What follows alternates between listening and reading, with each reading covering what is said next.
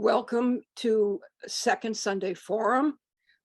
Today is October 9th, 2022, and we are hosted by the West Falmouth Quaker Meeting and the meeting's Peace and Social Order Committee.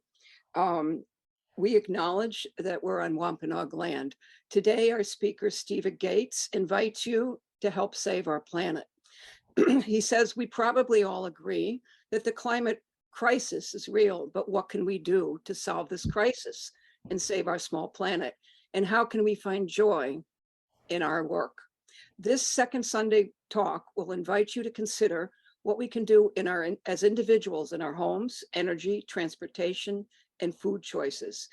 We'll discuss what we can do working together to change our world, supporting those most affected by the climate crisis, but least able to respond to it. We'll conclude with some reasons for optimism about the climate crisis. Steve Gates has a Ph.D. in biochemistry, but left academia after getting tenure to become a computer research scientist. Since retirement, he's focused on climate crisis and serving as a board member of the Cape Cod Climate Change Collaborative from 2017 to 19, and as clerk and co-clerk of Earth Care Ministry Committee of the New England Yearly Meeting of Friends or Quakers from 2019 to 2021. He was awarded a legacy gift grant by the New England Yearly Meeting of Quakers 2019 for his work on carbon footprint calculator. Steve is currently completing a book tentatively entitled An Invitation to Help Save Our Planet, a handbook on solving the climate crisis, from which this talk is adapted. This talk is filmed and with permission of the speaker, after it's edited, posted on our Facebook site. I think that's everything I have to say. You can put your questions in chat.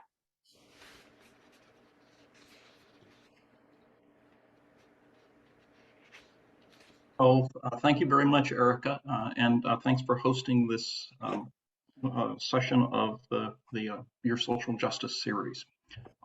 I'd like to thank everybody for joining us, and I'd like to today share some ideas from the book that I'm currently have been working on, as Erica mentioned. I'd like to begin, if we may, with a little bit of silence so we have a moment to mourn what is happening to our planet.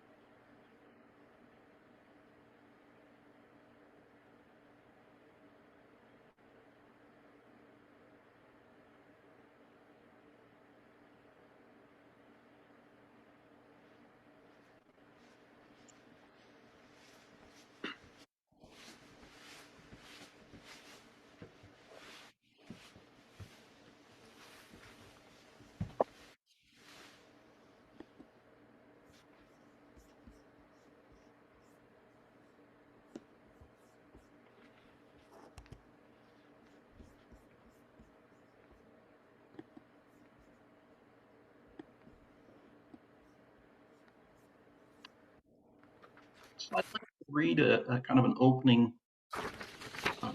meditation for us.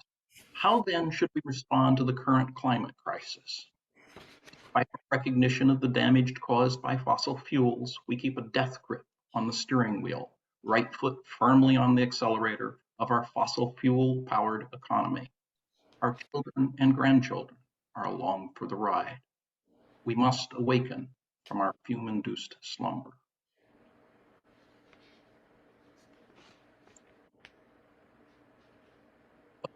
I believe there is hope, and that we need not spend all of our time thinking about the disaster that may befall us, but instead thinking about what we might do to build a better world.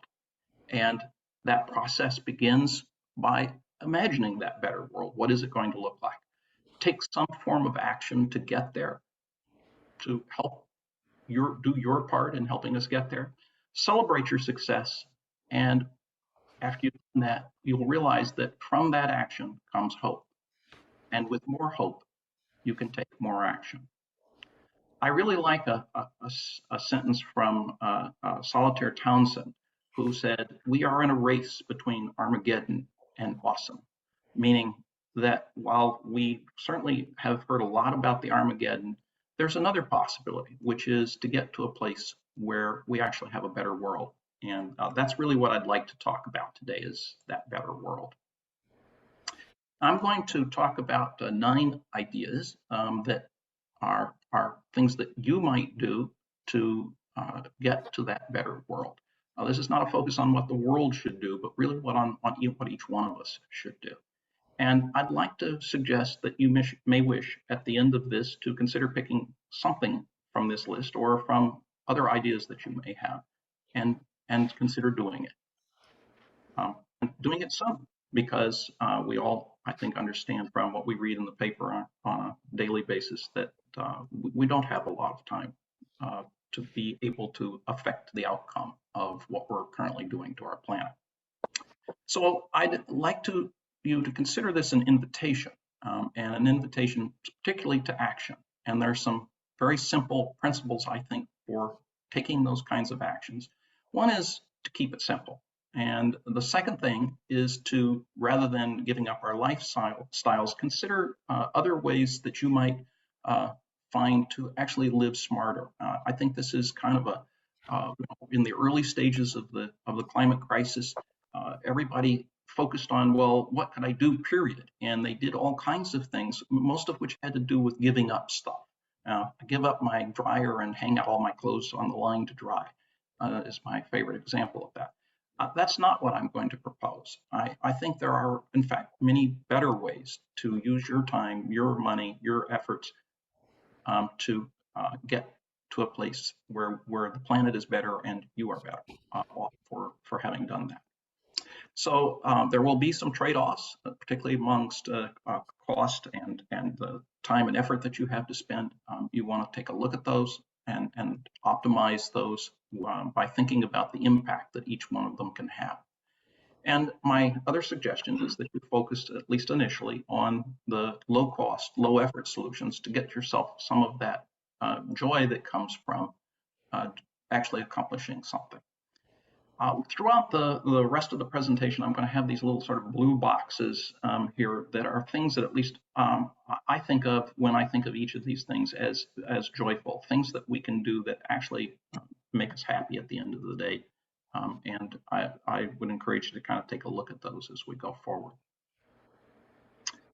By the way, I will have time at the end for questions, and also I'll share some of the links that I've talked about during the talk, so you don't need to write them down. So the first of the 9 ideas that I'm going to talk about is really one that you probably have read about, which is to electrify everything. That pretty much means that if you look at the way you spend your life in your home, and then here's a bunch of different ways that you may be spending it. You may be, anywhere from mobile homes to single-family detached homes, from owning to renting, and so forth. It doesn't really matter that in almost all of those cases, the major consumption of energy in your home is primarily around space heating and air conditioning. And then if you consider the rest of the sources, which is primarily water heating, your lighting, refrigeration, and a lot of the individual appliances that you have throughout your house. The whole idea is to get as many of those as possible into using electricity. And the reason for that is because what we really want to do is to move people away from fossil fuels, from coal, oil, and natural gas, that is. And that electricity, as we'll see, is kind of going to be our next focus. We're going to really try to make sure that we use electricity that's fossil fuel free. So by moving to electricity, we make possible the use of devices that are ultimately going to be not nearly as impactful on the planet because they don't use coal, oil, and natural gas.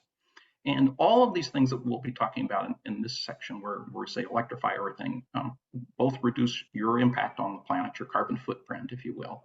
They save you money. They are almost all supported by both state and local, state and federal rebates and incentives. And importantly, they wean you from depending upon fossil fuels for the the various kinds of activities in your home. And that's a good thing because, as we've seen, for example, in the Ukraine war, as it has impacted Europe, this is not something that we can always count on. So we need to think about how do we achieve some sort of energy independence. So I'd like to suggest a few ideas, specific ideas within that range of things that we mentioned on the previous slide. The first is that if you haven't already done so, I really encourage you to have an energy audit done on your home. If you are here on Cape Cod, that would be via Cape Light Compact. If you're more in Massachusetts, it's something called Mass Save. And both of these offer a free audit and a bunch of free things that they bring with them when they come for doing that audit on your house. And many of the rebates that they offer for, as we'll see in a moment, depend upon your having completed a home energy audit. So it's a good thing to do in any case. So the other thing you can do is conduct your own audit. So what I mean by that is actually go around your house and measure where you're using your power. There are some very simple little devices for about $30 you can buy that you just plug into the wall. You plug your device into them, let it sit there for a while, and it tells you how much energy you use. And what I found when I did that, I guess it shouldn't have surprised me, but did at the time, was that the biggest consumers of electricity in my house were something I hadn't even thought about, which was the air filters that I had running for the people in my family that have allergies. And so they run 24/7, and they and other 24/7 devices like my radon system are the things that actually use the most electricity. So if you know that, there are perhaps some things that you can then do to reduce the use. For example, I put those on timers. The other thing that the energy audit is the opportunity to upgrade your insulation and ceiling at a substantially reduced cost. And we'll see in a minute, depending on your income, that may even be free in many cases. So the other thing that you can do after you start with your energy audit is to then, over a period of time, move to more efficient devices.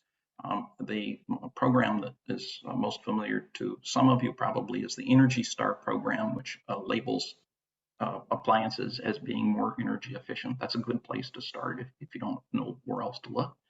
And the idea is that by moving again to these more efficient devices, you use less electricity when you use it. And you want to do that before you start doing other things like solar panels, as we'll talk about in a minute. So the specific things that are usually recommended for your home are for heating and cooling to use heat pumps of one sort or another, either mini split or central air. For water heating, again, it's a heat pump based solution typically.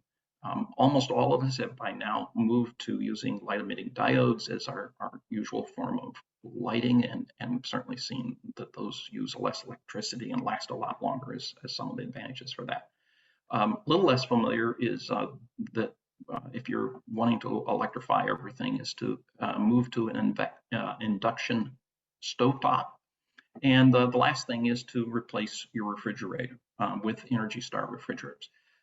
Of all of these, the refrigerator is a little bit different because the very old refrigerators are much less efficient than today's generation of refrigerators, even those that are not Energy Star. So if you have a very old refrigerator or freezer, like one sitting down in your basement, it's probably, you're going to find very quickly, it's using a lot of electricity. And the folks at in the Energy Star program have a calculator that you can use that I reference here that actually says, does it make financial sense for you to get rid of your old fridge and replace it with a new one? So if you haven't done that already, that's a good thing to go look at. And as I mentioned earlier, there are a lot of rebates and incentives. Some new ones are going to become available over the next year as the new program that's coming from the federal government gets rolled out to the states. So we'll talk about that in a minute too.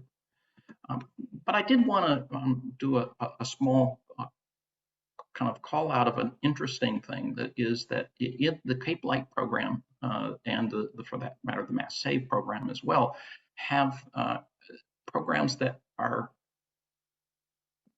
let you use your income, if you are a low-income individual, as a way of getting the kinds of things that you want to do to your house, either more cheaply or in many cases free. So you can see from this chart that I've got up there, taken directly off of the Cape Light site, that if, for example, your income is in what they call the income eligible category, you can get fuel assistance on your fuel bills, weatherization, which means insulation and sealing, potential appliance and heating system upgrades, so that there's actually quite a bit of incentive money available for doing that, and a discounted electric rate. So that's the kind of thing that if you are in those categories, I highly recommend that you consider them. They do have programs that are again, helpful both to people who own their homes and to people who rent. So you might want to take a look at those. And there's a phone number listed here if you want to give them a call and ask for more details about any of those programs. They're really trying to push particularly the low income portion of this program, which here on the Cape they've not been as successful at doing, and so there's a renewed emphasis on that. All right, so that's the first of the main ideas. The second is to use green electricity, and I would suggest that there are 4 ways that you might do this. The first is to buy a set of solar panels for your roof. That's what I've done personally. The second is to lease a set of panels. This is less expensive, particularly up front.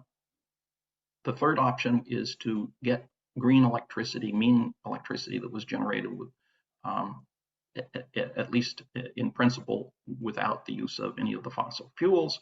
For example, Cape Light Compact has a program. It's a little hard to find on their site, so I've listed the reference for it here and at the back of the presentation as well. And the fourth opportunity is to go green by waiting for the grid to do that. The grid meaning, the power that we all get from Eversource or whoever your power supplier is. And currently the grid is only 19% green in all of New England. Massachusetts is hoping to get to somewhere near 100% green by 2050. So if you plan to be around 2050, what will come off the grid is going to be about somewhere close to 100% green.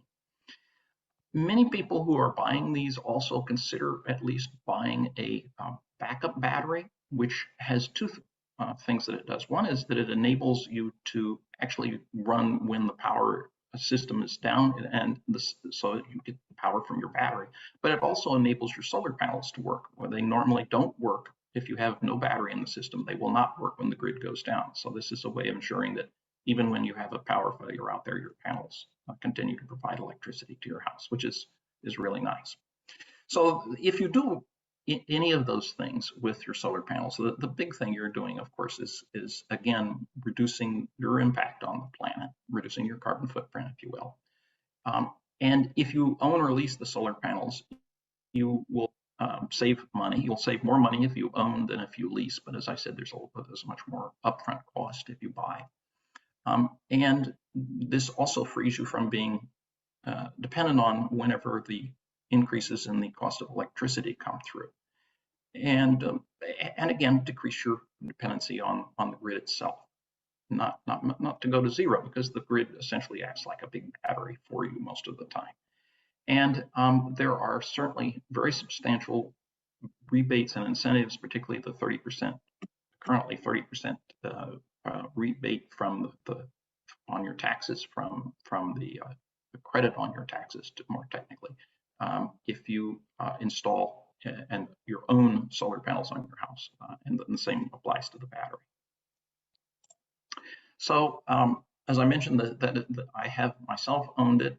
One of the joys for me of doing this is seeing my energy bill come each month, at least my electric bill.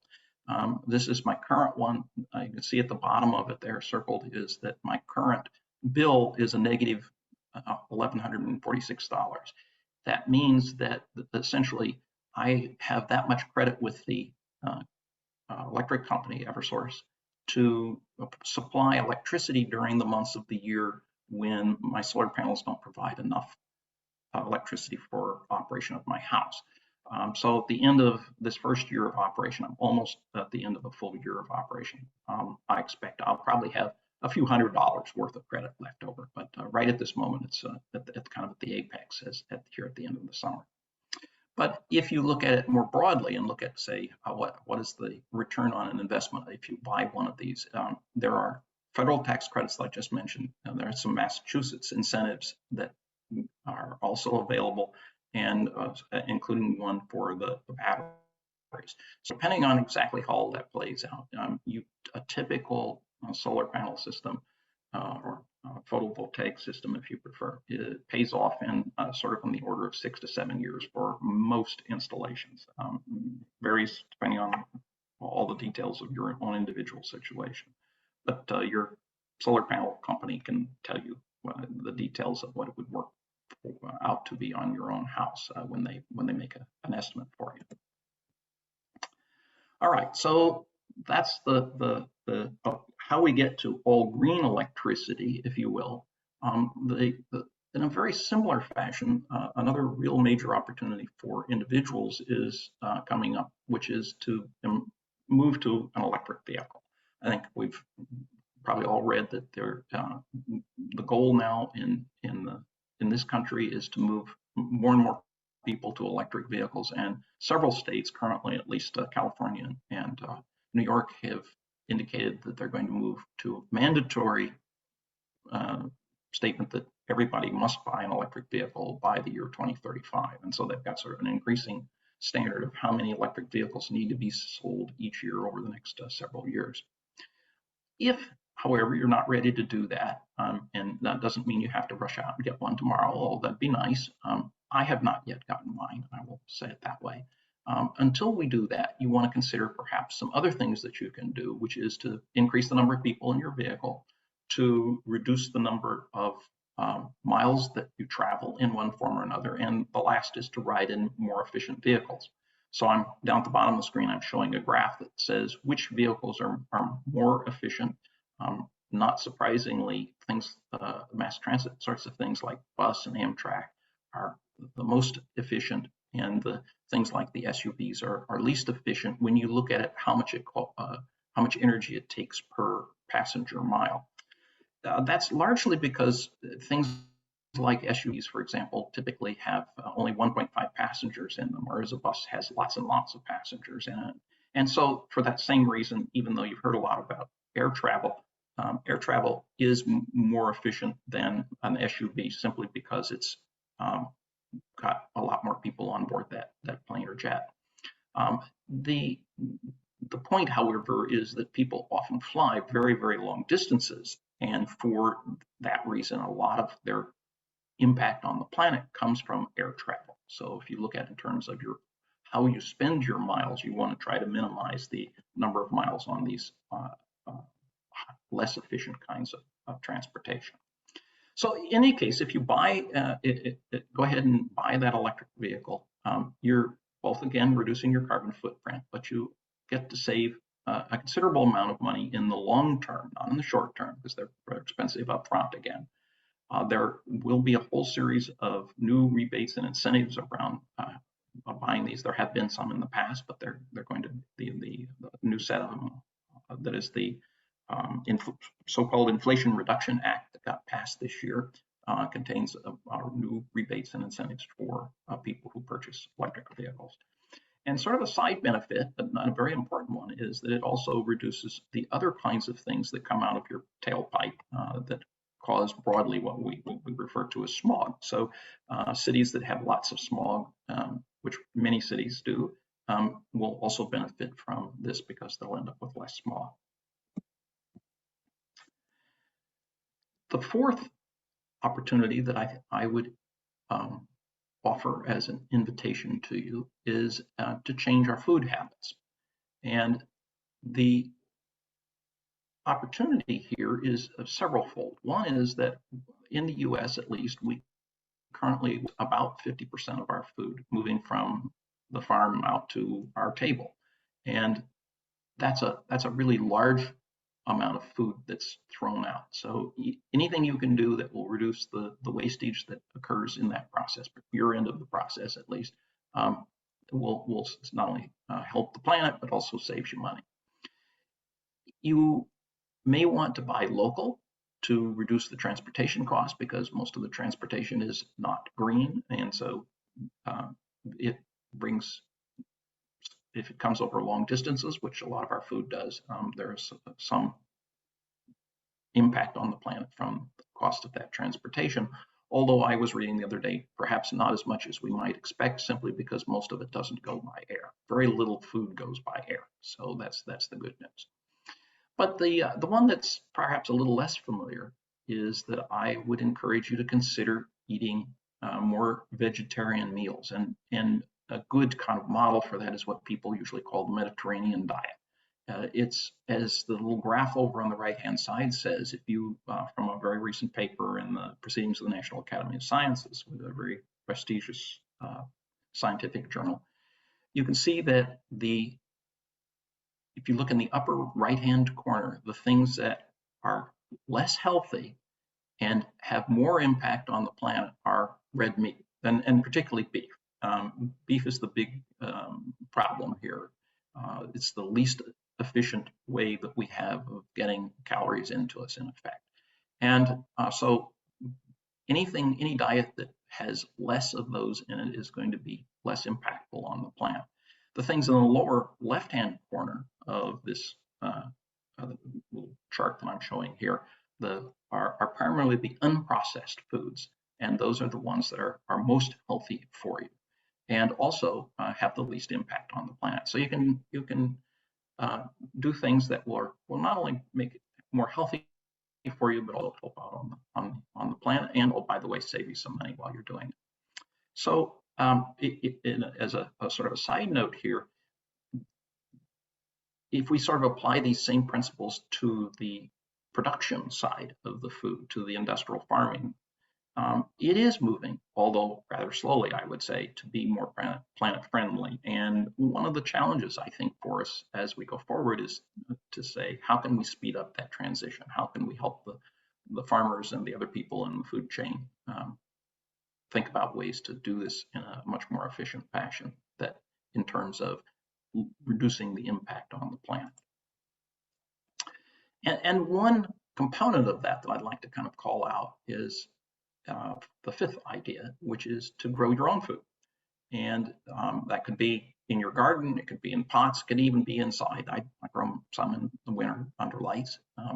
And to use organic techniques for the gardening that you do to make it so it's more healthy for you, or even consider using what people are now calling regenerative gardening to increase the carbon content in the soil, even on top of the fact that it's more healthy, it is also better for the plant. In other words, if you do that. So if we look at that in a little more detail, here are some typical regenerative gardening techniques, which you can think of as organic gardening with a few things added to it, primarily low-till or no-till, and using cover crops. But all the things in green here are things that actually contribute to getting more carbon down into the soil. So to the extent that you can emphasize the things highlighted in green, that would be the things that are going to be most beneficial in getting carbon down into the soil and out of the atmosphere, more importantly. A number of farmers have in fact started moving to the farming equivalent of regenerative gardening, and are finding a real benefit for them is much less erosion of their land. A very large fraction of the topsoil in the US has disappeared over the last 150 years. And so part of regenerative farming is to get it to the place where we are rebuilding the soils, not just extracting things from them over the course of years. The sixth idea is to consider working with others on this kind of task, and doing any or all of the things we've already talked about, plus some things that we'll talk about here in a couple of minutes. Because much of what needs to happen is things that are a little beyond what we can individually do. And as I think you probably have seen, the governments, even the current government, is not getting there fast enough. And so we really, at the very least, need to put higher pressure on the government folks to do what most of the citizens want, but seemingly the politicians haven't quite gotten their heads around yet, which is to get to the place where we are thinking quite strongly about what we can all be doing to help save our planet. There are many organizations. I'm not going to promote any particular ones, but if you are on the Cape, you might consider some possible choices. There's the Cape Cod Climate Change Collaborative that I've been part of. Faith Care Environmental Network, which a number of the religious organizations on the Cape, quite a few of them, belong to. 350.org, which is a well-known climate organization, and something called the Falmouth Climate Action Network. So those are some local ones that you might want to consider. And one of the major reasons for considering them is that they, I believe, build community. It's working with other people to get something done is always a great way to make a lot of new and lasting friends, I think. The seventh idea is to seek climate justice. And I'd like to read something from the person who is sometimes called the father of climate justice, Robert Buller. The people most responsible for climate change historically, globally as well as domestically, are not the same people who are feeling the pain first, worst, and longest. If you're talking just about greenhouse gases and parts per million, you're not seeing the issues around vulnerability and justice. So climate justice tries to look at those underprivileged populations and say, what can we do to help them get to a place where they're actually able to take advantage of the same things that wealthier individuals can do, perhaps on their own. And one of the interesting efforts in this regard is a new one that was just announced by the folks in the Faith Care Environmental Network here on the Cape to specifically target a climate justice in the form of thinking about how can underprivileged populations on the Cape actually get the solar panels and the other things that we've been talking about in their lives, and helping figure out ways to fund that. So that's one that we'll have to wait a little bit to see the details on, I think, but that sounds like a very interesting activity here on the Cape, at least.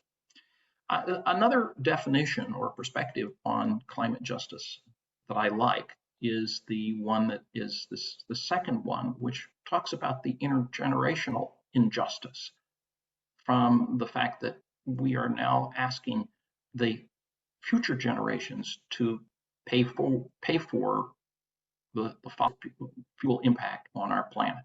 So we're using the fossil fuels and we're kind of leaving it for our children and our grandchildren and their descendants to pay for the cleaning all that up. That somehow doesn't seem particularly like what we should be doing. And so I think this whole area of climate justice is a special opportunity for religious institutions, including the Faith Care Environmental Network that I mentioned, because it's really about helping others who are in need and building community. And if we use that second definition, paying forward for the next generation. So if you want to think about climate justice, there's some good places to look, which is the places where climate injustice is often found. So these are communities that were redlined in the past, for example, that largely be communities of color, lands of the indigenous people all over our country, poor communities, and communities where we already are seeing the impacts of the climate crisis, and it's creating people who are fleeing that. This is particularly already visible in countries other than the US, by the way, this last one. So there are some clear principles. I'm not going to go through those principles, but if you're going to work in the area of climate justice, usually the best advice that people give is to think about ways of finding organizations that are already working on this within these particular communities, what people sometimes call climate justice communities, and joining them rather than trying to go off and start your own thing, and looking for their leadership in understanding what is needed in their community. And this often, by the way, there's a lot of interest in the local communities around issues of localized pollution, which are things that are not, it's not the same as worrying about greenhouse gases, but it is probably, if we could solve one, we'd solve the other often at the same time. And in a similar fashion, the eighth opportunity is to think about multi-species justice, which I've given a definition here of on the screen. But I think that it really just says, again, if you think about who's most impacted by the climate crisis and who's least able to do something about it, it's the other species that we share this planet with. And so we need to be thinking about how do we support the ecosystems that all of us participate in, all up and down the food chain, if you will, and not just the food chain, but all of the animals and plants on our planet. So I think this is a particular challenge, and one that there are lots of ideas around that you might consider. I'm going to list 3 of them. One of my friends says, start off by spending time in the natural world. If you haven't done a lot of this recently, you probably would do well to go out and spend more time in nature, connecting with it, because if you connect with it, you will more clearly understand what the extent of the threat is. A lot of people are concerned about what sometimes is called the 6th extinction, the mass extinction, meaning that we're actually very rapidly seeing the disappearance of whole species, and that seems to be accelerating very rapidly as the planet gets more and more down the road of climate change. There are all sorts of interventions and things that you can do in that area around helping animals and their habitats be restored. And the other thing that you may wish to consider doing is to look at the whole issue around population growth.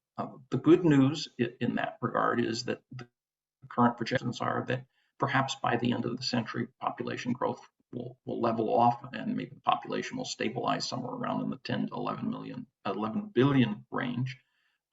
But large parts of the planet still will be rapidly growing, particularly Africa is expected to continue to grow well past the turn of the century in terms of population.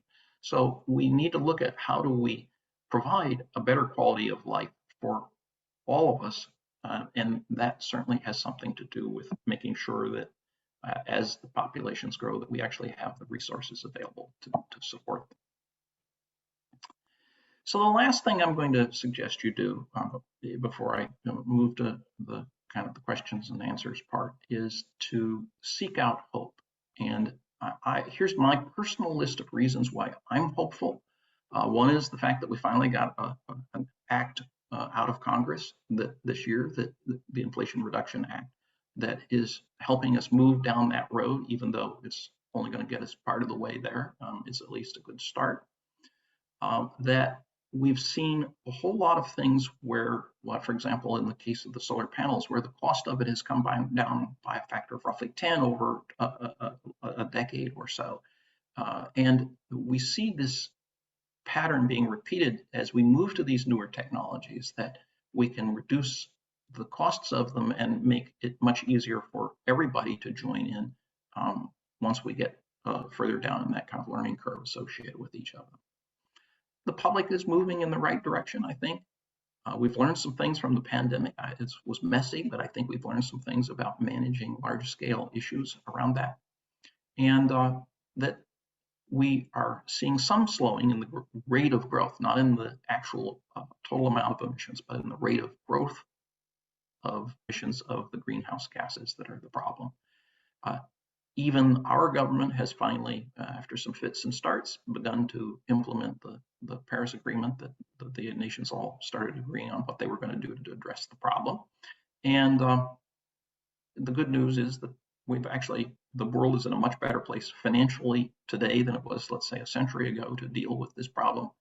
But my biggest reason for optimism is actually you and what you will do, what we can all do to help solve this problem. I see a lot of real interest in doing that, and You are that. So I like to think that the opportunity really is that you will be remembered by your descendants for what you did for the planet. One way of thinking about this that I think if we kind of step back a little bit is to think about what a couple of books in the stories in the Bible say. One of them is in Genesis 1 that talks about humans ruling over all of the animals and the plants and all the other creatures that move around on the ground. And this sort of extends to and all the resources on the planet and a whole range of things that where we've been very extractive rather than shepherding these things. The second view in Genesis 2 is saying that we're here to not only work it, but take care of this planet. And I think the challenge before us really is moving from a world in which we think like Genesis 1 to a world in which we think like Genesis 2. I really like this poem from Emily Dickinson that goes, "We never know how high we are till we're called to rise. And if we are true to plan, our statures touch the skies. Friends, may your statures touch the skies." And here's the list of resources that I mentioned. I'll also ask Erica to put these on the website along with when she posts the recording of this.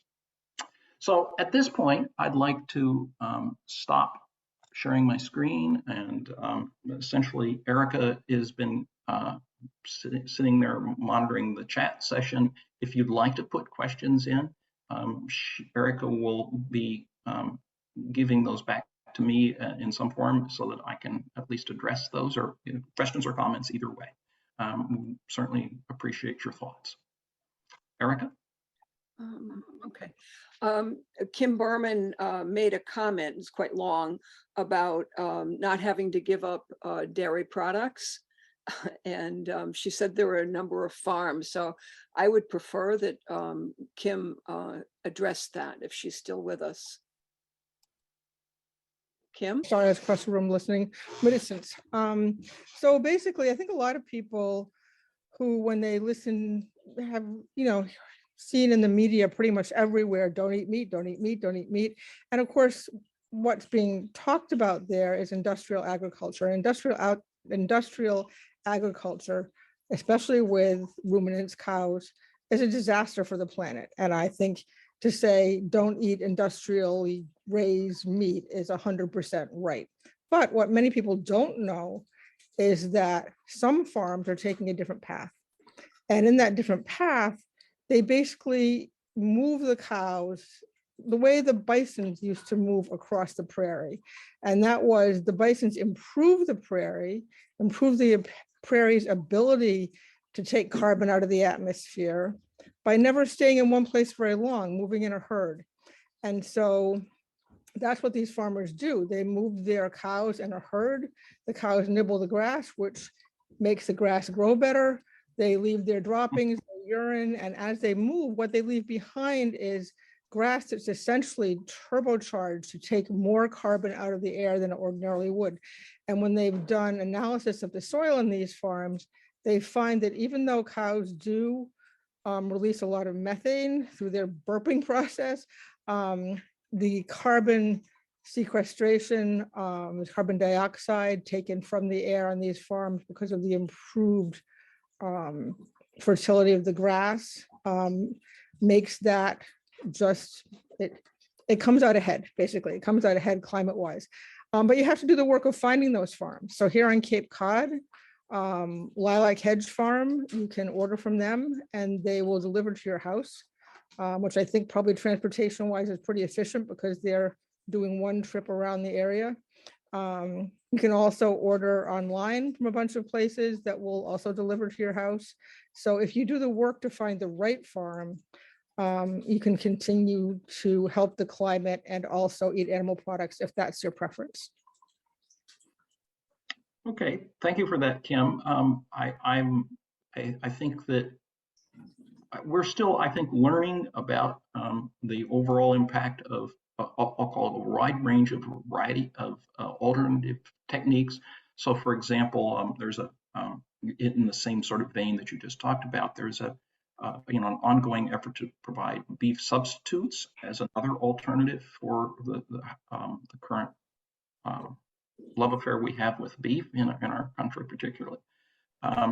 Those are anything that you can do that will get you further along that is good, I guess. But I think a lot of the scientific evidence is still being weighed on kind of these.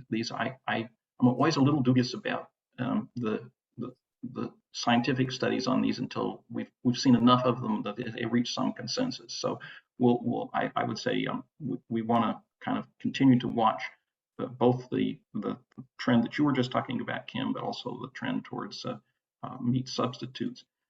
But again, I would also encourage you to think about the health benefits of each of these as well. So I'm not sure, I actually don't know at this point whether they've done a specific study on health benefits or not of I would call free range beef.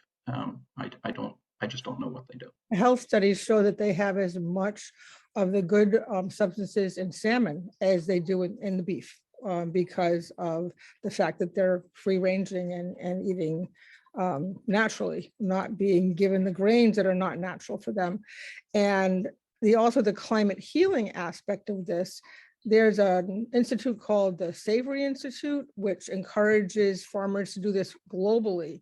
And what they're doing, especially in Africa, and Erica, I see you here, you're, with the United Nations, is something the United Nations, I think, should be aware of, is that farmers who are pastoralists in the southern parts of Africa are basically taking land that is almost desert, doing this regenerative agriculture with ruminants, mostly cows, and turning it back into productive land. And you can see with your own eyes, research aside, I mean, the research also shows that it is climate healing, but at the same time, you can see the pictures of this land that was essentially on the edge of desert becomes productive. The land holds more carbon, so therefore it holds more water. The grass starts to grow, the trees start to grow. It's phenomenal. The wildlife comes back. So there's a lot to study about that. Research is important. There's a man named Richard Teague, who is a scientist who has analyzed this and has really pointed out the benefits. So okay, Kim, if I may, I'd like to stop you there, please, just because I would hope that if we have some other questions, I can address those. The other thing I should mention just in passing is I did put on the last slide my email address. I'll try to put it in the chat here, and as well, if you want to contact me directly, that's quite fine. Please feel free. I'll send you some information. Most people don't. Yeah, really please. That would be good. Okay, thank you. Mm-hmm. Erica Strand had a commentary on this commentary, which it seems. Sorry, I was looking for the link. I was trying to share it on my phone. But yeah, there was just an article in the New York Times Magazine about this in Uruguay and how they still have they have kept the cows on the original prairie land. And so since the soil is less depleted, the carbon, they don't lose as much carbon in the process. So anyway, but I'll just put the link. I'm not an expert, but I read it today. It was very interesting. So. Right. And hi, by the way, we haven't seen you in a while. So. I know. Hi. Who would like to speak?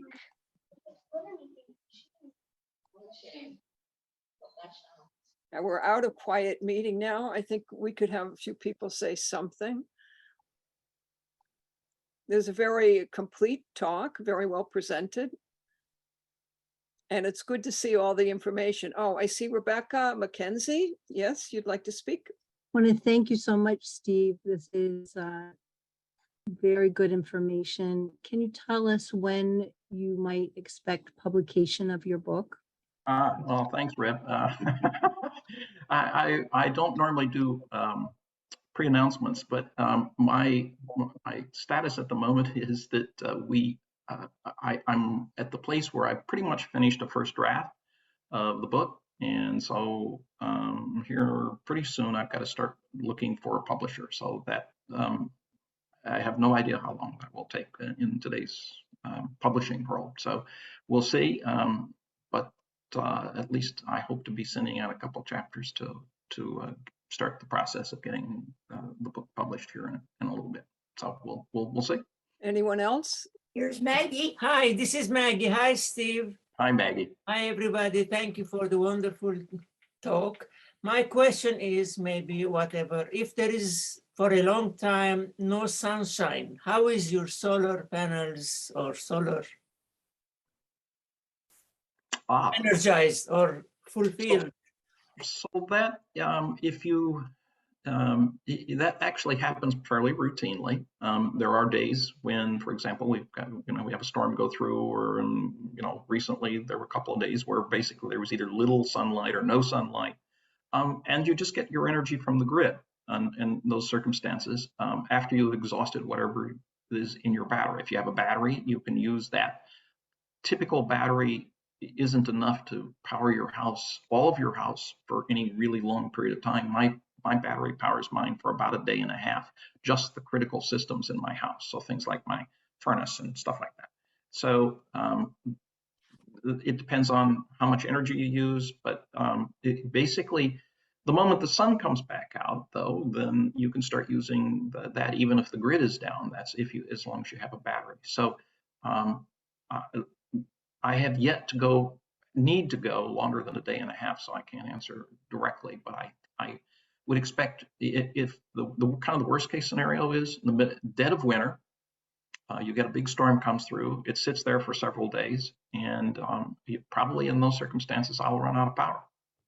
If there's no way for it to do anything else, I will go around, turn everything off that I possibly can, and so forth. But ultimately, after, let's say, 4 or 5 days, I expect that I will run out of power with the current size battery I have. The good news is the batteries are getting much cheaper. Again, they're going through that same sort of cost reduction cycle that the solar panels have done. So my hope is that maybe in a couple of years, the price will come down by a factor of 5 or something like that. And I'll go buy a second battery, and then I can have a little bit more protection against that. But that's for the future. The batteries are fairly expensive, I should just add. Right now, the one I got anyway is about $15,000. So they're pretty expensive.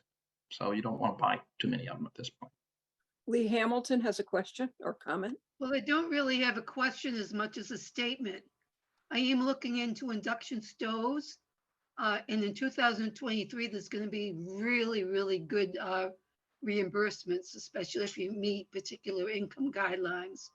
So I am having an energy audit, which requires that I document that I have a gas stove. And my son has been very concerned about the fumes that gas stoves let into your home. So if I can get an induction stove for very little cost to me, I'm going to do that in 2023. So that's exciting, and that's all part of what you referred to in this recent act from Congress. And the benefits are not going to come through until 2023, and stoves might be hard to come by. So not a question so much as a comment. And thank you, Steve. I really have enjoyed this. I've gotten a lot. I'm not clear on if you do get organic eggs, why they fit into the bad category as far as having a negative environmental impact. All right. So let me back up on the one comment that you made, the induction stoves. One sort of middle of the road alternative is to buy an induction hot plate. Not the same as a stovetop, but if you really are kind of anxious to try it out, or you don't want to spend much money on one, that you can buy one of those for about $100, and you can get the experience of it and find out whether you really like it. There's a bit of a learning curve, but most people, I understand. I don't have one, but if most people who have them seem to really like them once they get going, because you can set it at a very specific temperature, which gives you a lot of control if you're a chef of one sort or another, for your own food or for that of others. So that's, I think, the answer to the first question. Um, I'm trying to remember what the second one was. Well, I did ask a question about why eggs are in the, Oh, actually, I don't bad know the list. answer. That's probably why I blanked out there. I don't know why. Generally speaking, food and dairy are I mean, the beef and dairy are both, for the way they get produced at least, a fairly high end in terms of the impact that they have on the planet. I think if you go back to that chart, it says eggs are sort of in the range that says, you may want to have them some of the time. Then I don't think with the diet, it's always a question of, do you want to do these things, go all the way on them and do everything and become a vegan, which is one alternative, or do you want to, start with doing one meal more a week that's vegetarian than you have been doing? I actually recommend for most people that they do the latter. That it's much easier to kind of ease yourself into these major dietary changes. And the difference between being fully vegetarian and being vegan in terms of the impact on the planet isn't that much, honestly. So you get most of the benefit really just by getting as little beef in your diet, or as Kim would point out quickly, I'm sure as little beef as it's currently farmed, at least, in your diet. And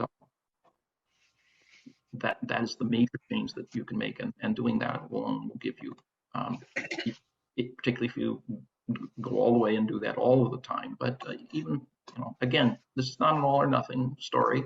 You can start by doing it once a week, and so that's what I would recommend to people, is think about what fits into your lifestyle and see if you don't actually feel better at the end of it as well, and then that'll encourage you to do more.